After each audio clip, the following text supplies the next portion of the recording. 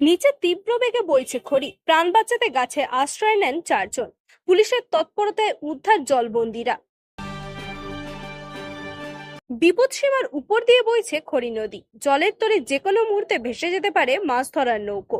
জীবন জীবিকা রক্ষার তাগিদে বিপদকে উপেক্ষা করেই নৌকা আনতে জলে নামেন ভাতারের পাইটা দাসপাড়ার বাসিন্দা ফড়িং দাস ও কর্ণধর দাস।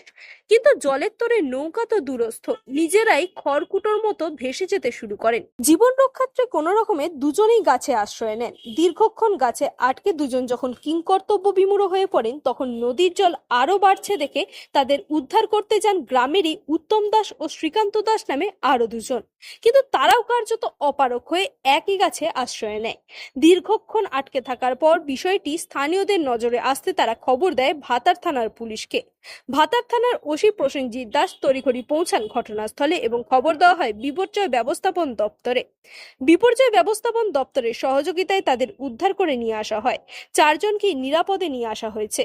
হ্যাঁ, ভাতারে আজকে আপনার কালকে রাত্রে প্রবল বৃষ্টিপাতের পরে দুজন স্থানীয় মানুষ আটকা পড়েছিলেন।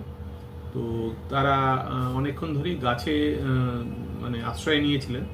আমাদের এখান থেকে সিভিল ডিফেন্সের কিউআরটি টিম তারা আমাদের যে ওবিএম আছে বোট নিয়ে যান এবং প্রথম আমরা যেটুকু জেনেছি 4জন আটকে ছিলেন। 4জনের মধ্যে 2জন বেরিয়ে আসতে পারেন, কিন্তু 2জন হঠাৎ করে জল বেড়ে যাওয়াতে 2জন আটকা পড়ে যান এবং গাছে আশ্রয় নেন। খড়ি নদীর জল। হ্যাঁ, খড়ি নদীর জল।